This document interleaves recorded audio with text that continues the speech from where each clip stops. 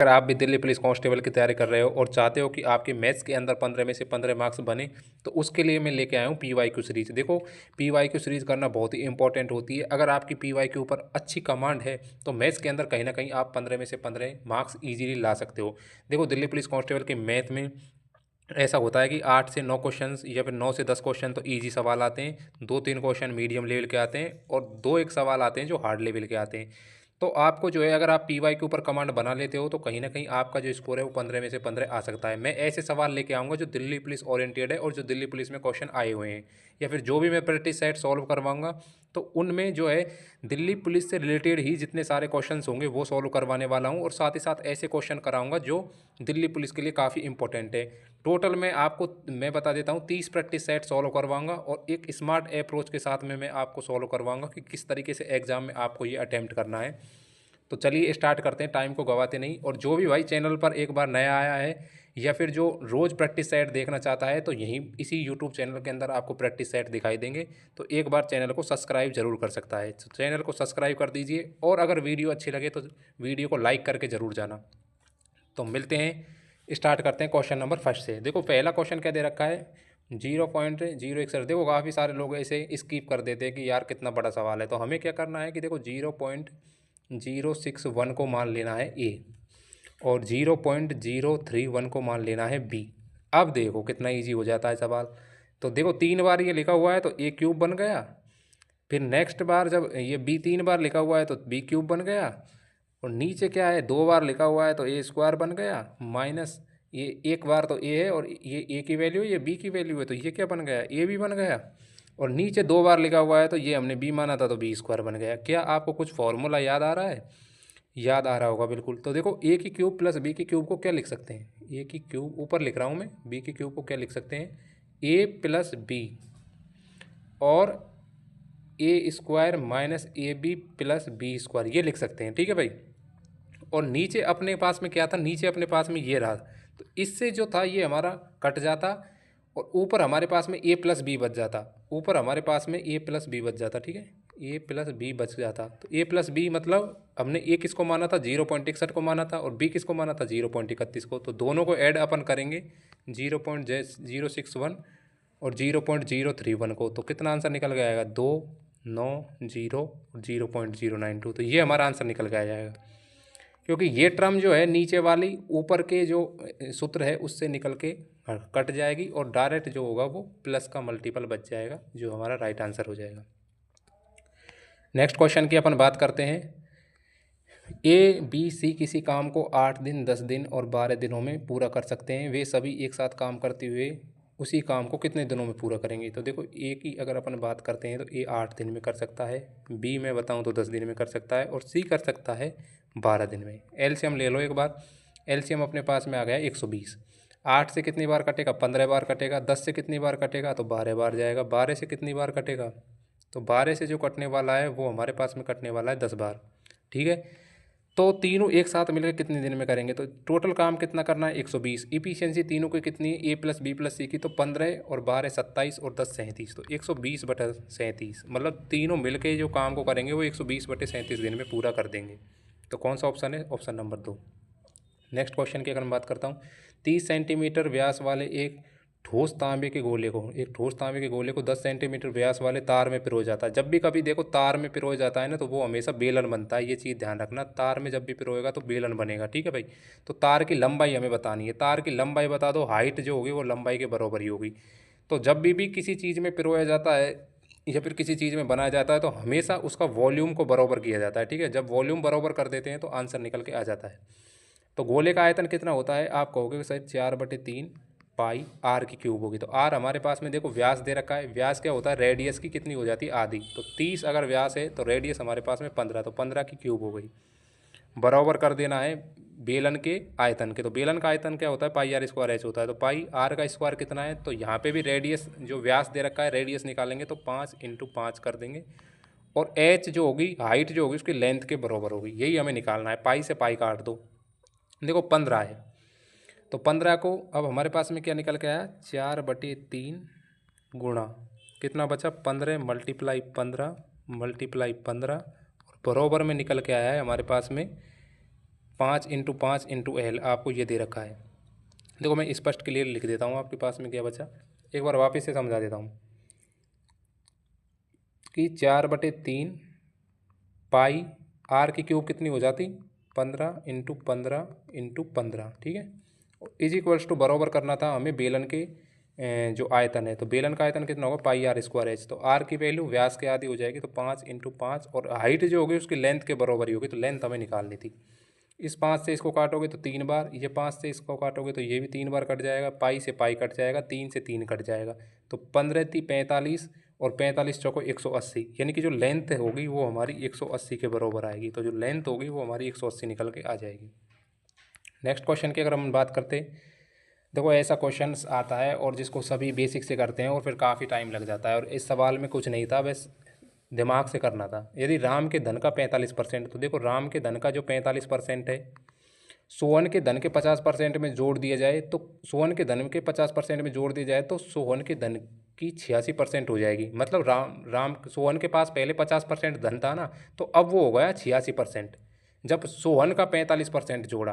तो यानी कि जब सोहन के पास 50% था और अब कितना हो चुका है, 86, तो 86% अब हो चुका है, पहले कितना था, 50, यानी कि उसके पास एक्स्ट्रा कितना बढ़ा, सोहन के 45% जोड़ने के बाद 36% एक्स्ट्रा बढ़ा है, 36% एक्स्ट्रा बढ़ा है ना। देखो फिर से मैं बता देता हूँ कि इसका जो सोहन का धन का 50% है, इसके 45% एक्स्ट्रा के कारण इसका 86% हो गया है। तो राम के जो धन का 45% था और सोहन के धन का कितना परसेंट एक्स्ट्रा हुआ है, तो 36% एक्स्ट्रा हुआ है भाई, पहले 50 था, अब जो हो चुका है वो 86। बस रेशियो बना लेंगे और कुछ नहीं था इसमें, 9×5 45 हो जाएगा, 9×4 36 हो जाएगा।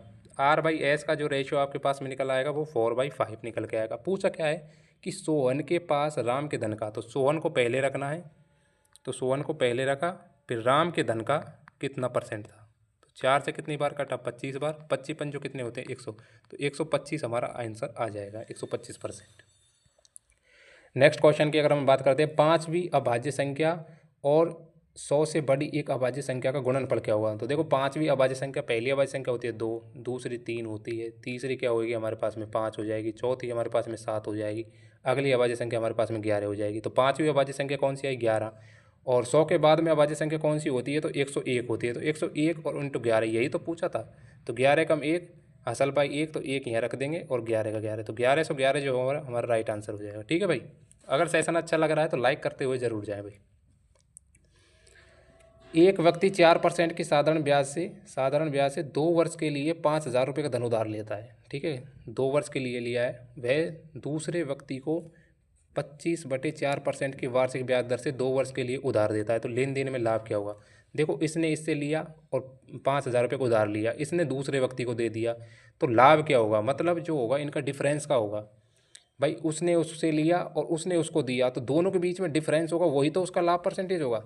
तो यहाँ पे इसने अगर 4% की साधारण ब्याज दर से 2 वर्ष के लिए लिया है, तो कितना ले लिया, देखो रेट इनटू टाइम कर देते हैं तो डायरेक्ट अपने पास में सिंपल इंटरेस्ट निकल के आ जाता है। तो यहाँ से इसने ले लिया 8%, ठीक है, पहले इस व्यक्ति ने। फिर दूसरे व्यक्ति को जब इसने दिया है तो 25/4%, तो यहाँ का रेट इनटू टाइम कितना होगा, तो 25/4 और टाइम से गुणा कर दोगे तो 2 बार, तो यानी कि 50/4, और 50/4 हो गया। अब यही तो डिफरेंस उसने पूछा था कि लाभ क्या होगा, तो लाभ जो होगा इन दोनों का डिफरेंस ही तो होगा। यहाँ से ये 2 से 2 बार कट जाएगा, ये आ जाएगा हमारे पास में 12.5, तो दोनों का जो डिफरेंस निकल के आ रहा है वो 4.5% निकल के आ रहा है। कहीं ना कहीं जो 4.5% होगा वो एक दूसरे को जब उन्होंने ट्रांसफ़र किया होगा तो इतना लाभ उनको मिला होगा। तो ऊपर मैं बता रहा हूँ कि 5,000 पर 4.5% का लाभ कितना होगा, तो 4.5 के लिए परसेंटेज के लिए 100 और पॉइंट हटाया तो 0 एक नीचे, 3 0 से 3 0, 45 पंजों कितने होते हैं, 125, तो 125 हमारा राइट आंसर होगा। सॉरी 225।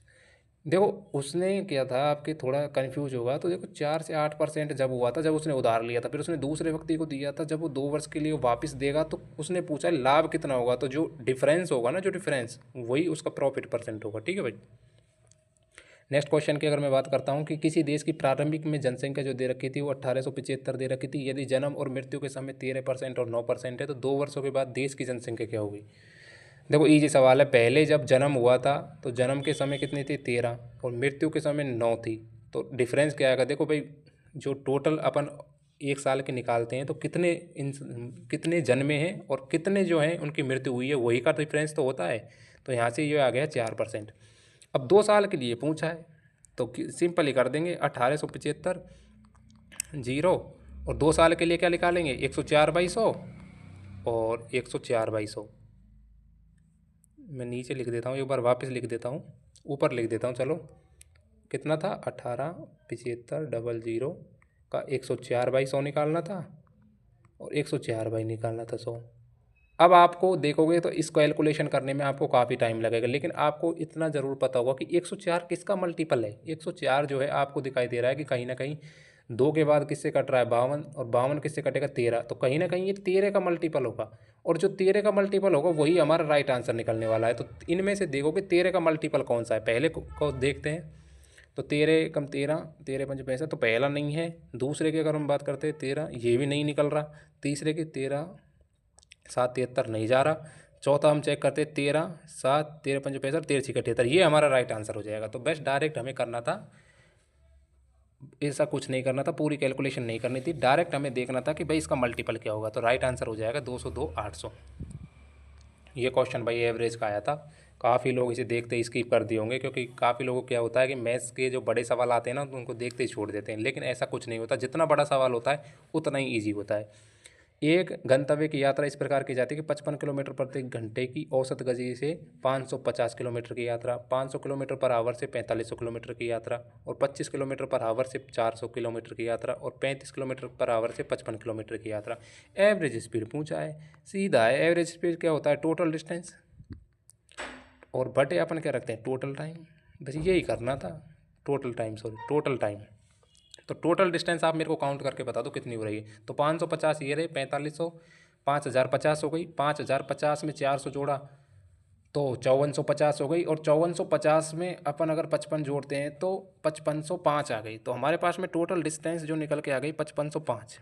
और वहीं अपने पास में जो है टोटल टाइम कितना निकलेगा। तो देखो टाइम कैसे निकालते हैं कि डिस्टेंस में आप जो है किसका भाग लगाते हो, डिस्टेंस में आप स्पीड का भाग लगाते हो। तो पहले की डिस्टेंस कितनी है 550, और टाइम पहले का कितना है 55, तो कितनी बार कटा 10। तो बस ऐसे ही करते जाना है। पहले का टाइम अगर 10 है तो दूसरे में स्पीड में भाग, वो डिस्टेंस में स्पीड का भाग लगाओगे तो 4500 में 500 का भाग लगाओगे तो कितना आएगा, 9 आएगा। ऐसे ही 25 का भाग 400 में लगाओगे तो कितनी बार आएगा, 16 बार आ जाएगा।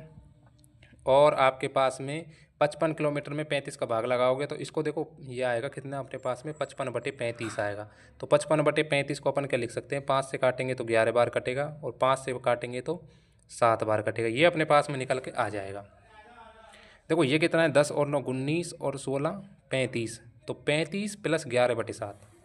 देखो आपको याद रखना, बस इसको मैं ऊपर वापस लिख रहा हूँ कि अपने पास में 5505 आया था और यहाँ पे आया था 35 + 11/7। ये हमें सॉल्यूशन करना था।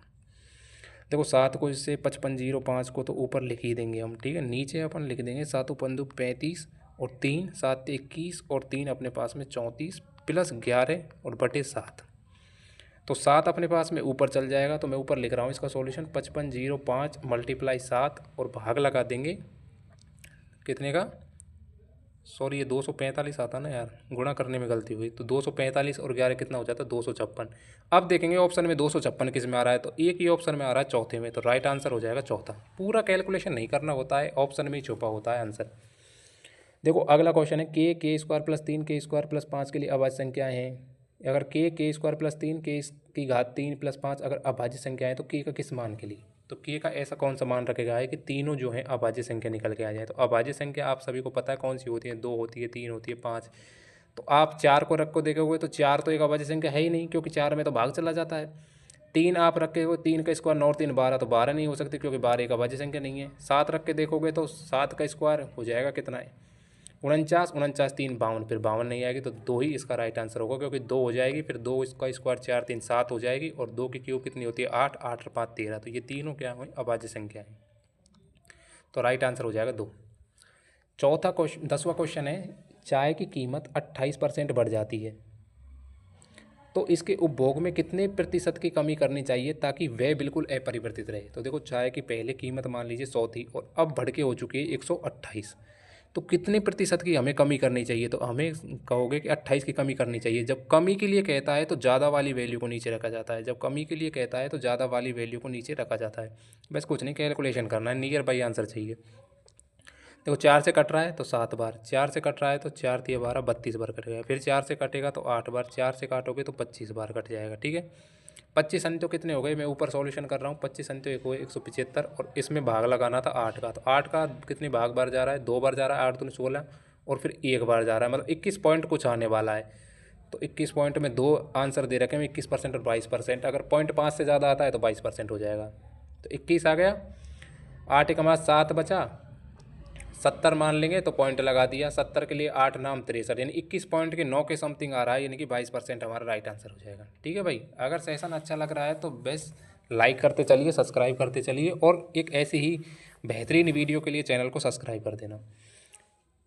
24 सेंटीमीटर 17 सेंटीमीटर और 9 सेंटीमीटर भुजाओं वाले त्रिभुज का क्षेत्रफल। देखो त्रिभुज का क्षेत्रफल अगर भी डायरेक्ट आ जाता किसी का कि स्क्वायर डायरेक्ट, जैसे एक ट्रिपल में होता है ना कि भाई जैसे 8 और 6 का 10 होता है, तो इसमें तो वो लग जाता 1/2 आधार इंटू ऊंचाई। ठीक है, लेकिन इसमें वो फॉर्मूला यूज नहीं हो सकता क्योंकि ट्रिपलेट नहीं है ये। कैसे सॉल्यूशन करेंगे, पहले अपन इसका अर्ध परिमाप निकालेंगे। अर्ध परिमाप का फॉर्मूला होता है a + b + c/2।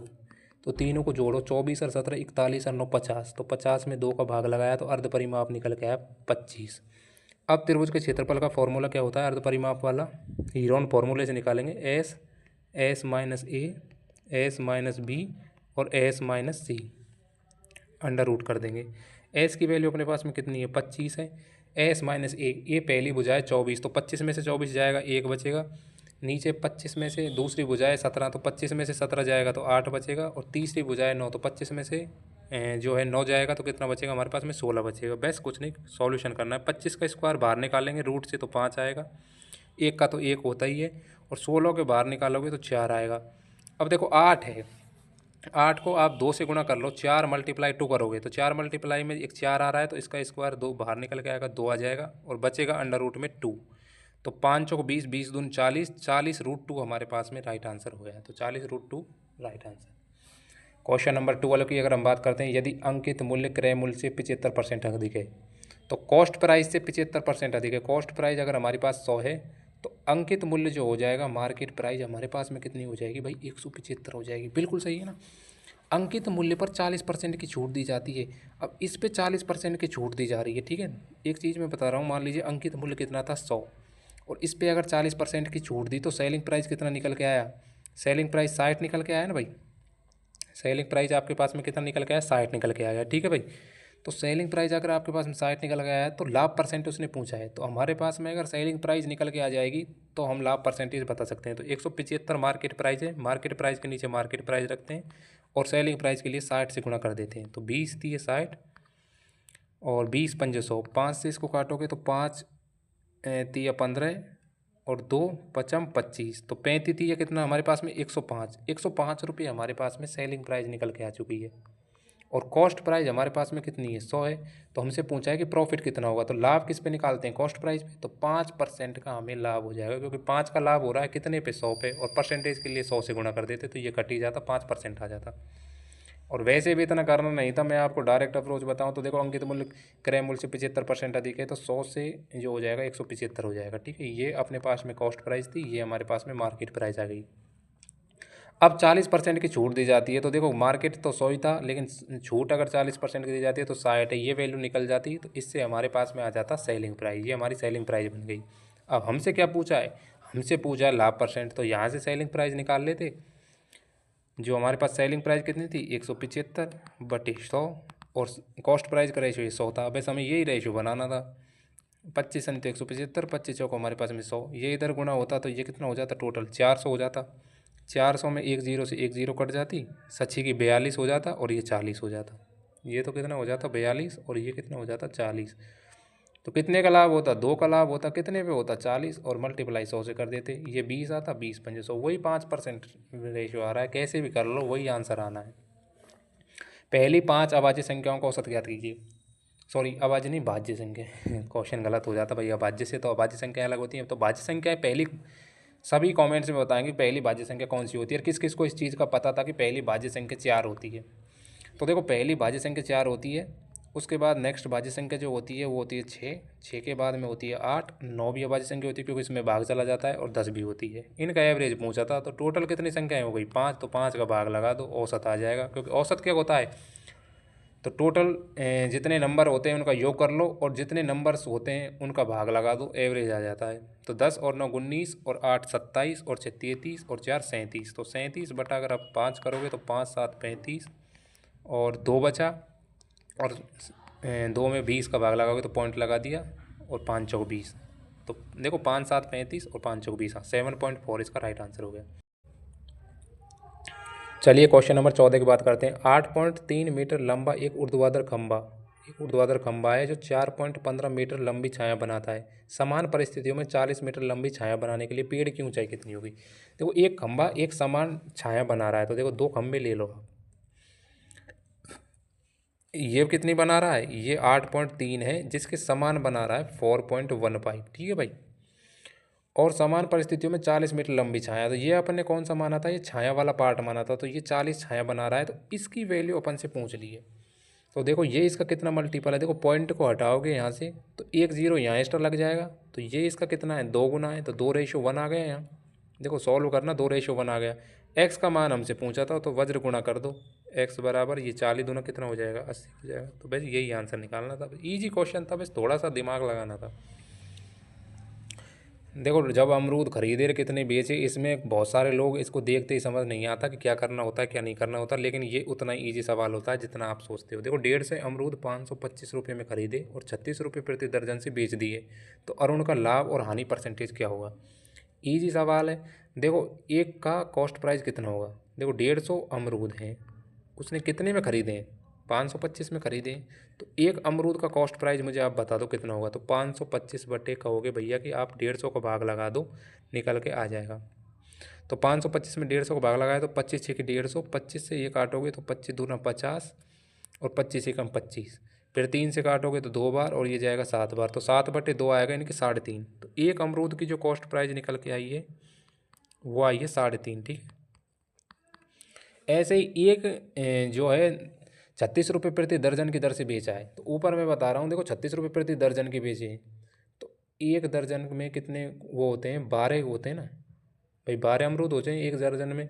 तो 36 रुपये की दर से, 36 रुपये की दर से अगर एक में अमरूद की बात करता तो 12 थी 36 के 3 रुपये का एक अमरूद बिकता, तभी तो 36 रुपये दर्जन के हिसाब से 3 दर्जन बेच देता। तो देखो एक बार और फिर से मैं बता देता हूँ कि 150 अमरूद का जो आपको कॉस्ट प्राइस निकालना था वो 525 में भाग लगाते आप 150 का, तो 25 6 की 150, 25 अंतिम 25 दून 50 और 1 21 आ जाता। फिर 3 से काटते तो 7, फिर ये 2, यानी कि आपके पास में एक की तो कॉस्ट प्राइस निकल के आ जाती 3.5। और फिर नेक्स्ट की अगर अपन बात करते हैं तो दर्जन के हिसाब से दे रखा था, एक दर्जन में कितने होते हैं 12, 12 अमरूद, 12 अमरूदों के हमें 36, तो एक कितने अमरूद पड़ता, एक अमरूद पड़ता 3 के हिसाब से बेच रहा है वो, 3 के हिसाब से बेच रहा है और 3.5 की कॉस्ट प्राइस थी, तो यहाँ हमें लॉस देखने को मिल रहा है भाई। सेलिंग प्राइस अपने पास में कितने निकल के आई, सेलिंग प्राइस अपने पास में 3 निकल के आई है और 3.5 रुपये का हमें कॉस्ट प्राइस दे रखा है, तो 0.5 का लॉस हो रहा है। कितने पे लॉस हो रहा है, 3.5 पे। बस यही करना था और क्या था इसमें, पॉइंट से पॉइंट काट दो 7, तो 100/14 करोगे तो समथिंग और समथिंग 14 पॉइंट कुछ आएगा, और हमें लॉस हो रहा था तो लॉस परसेंटेज दिखा देंगे, यही हमारा। तो आपको ये सेशन कैसा लगा, अगर आपको ये सेशन अच्छा लगा हो तो एक बार वीडियो को लाइक शेयर और सब्सक्राइब जरूर करें। और अगर ऐसे ही प्रैक्टिस सेट मैं आपको कराने वाला हूं, कम से कम 30 प्रैक्टिस सेट सॉल्व, अगर 30 प्रैक्टिस सेट मैं अगर सॉल्व करवाऊंगा तो ऐसी ट्रिक के साथ में करवाऊंगा और अप्रोच भी बता दूंगा, और इसी से आपके जो है लगभग 15 में से 15 मार्क्स आ जाएंगे। ठीक है, कोई एक आध क्वेश्चन बचेगा जो मेंसुरेशन का, वो मैं अलग से वीडियो लेके आपको बता दूंगा। बाकी आप इजीली 15 में से 15 मार्क्स कर पाओगे ये मेरी इन 30 सेटों से। ठीक है भाई, और अगर आपको वीडियो अच्छी लगे तो सब्सक्राइब करके ज़रूर जाना और जुड़ जाइए मेरे चैनल से, क्योंकि रोज़ दिल्ली पुलिस कांस्टेबल के लिए मैं मैथ का एक प्रैक्टिस सेट करवाने वाला हूं जो आपके लिए काफ़ी हेल्पफुल होने वाला है। तो आज के लिए बस इतना ही, जय हिंद दोस्तों।